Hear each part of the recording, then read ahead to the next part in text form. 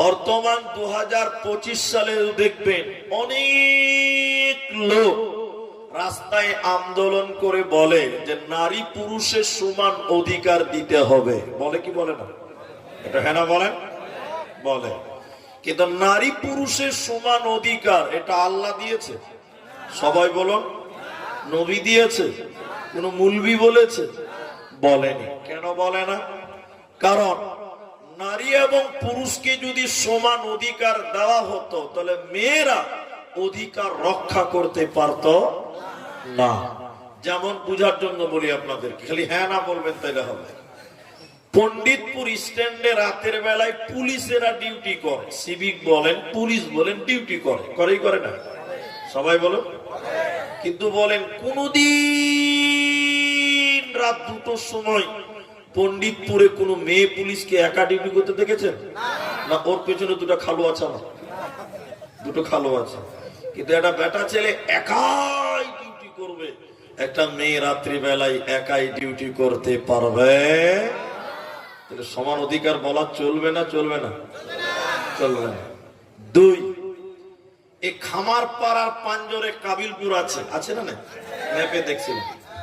মনে করলেন এখানকার প্রধানের বাড়ি কাবিলপুর আর আমার বাড়ি খামারপাড়। রাত 2টোর সময় আমার স্ত্রীর সঙ্গে আমার ঝামেলা হয়েছে, তো হতেই পারে, আমি তো ফেরেশতা না, হতেই পারে। আমার স্ত্রী বলছে তোমার ভাত খাবো না, মান সম্মানের ব্যাপার, এদিকে মান সম্মানের ব্যাপার। আমি বাড়িতে তালা মেরে সাইকেল নিয়ে রাত 2টার সময় কাবিলপুরে যে প্রধানকে বলছি, চাচা চাচা বলছে কি হলো রে? বলছে কি হয়েছে?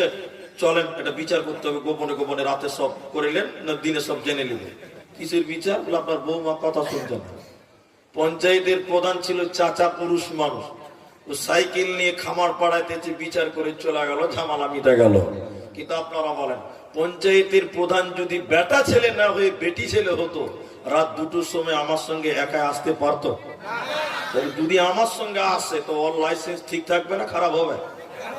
তাহলে নারী আর পুরুষের মধ্যে ডিফারেন্স, পার্থক্য আছে না নাই? সবাই বলুন আছে না নাই? সর্বশেষ উদাহরণ দিলে বুঝতে পারবেন।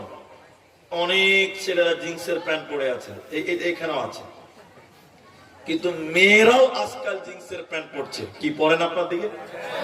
কিন্তু বলেন একটা ছেলে জিন্সের প্যান্ট পরেছে, ওকে যদি পেশাব লাগে তো রাস্তার ধারে দাঁড়াবে, চেন খুলবে, মোটর চালু করে দিতে পারবে। কি বলছেন, পারবে কি পারবে না? কিন্তু একটা মেয়ে ছেলে জিন্সের প্যান্ট পরেছে, ওকে যদি পেশাব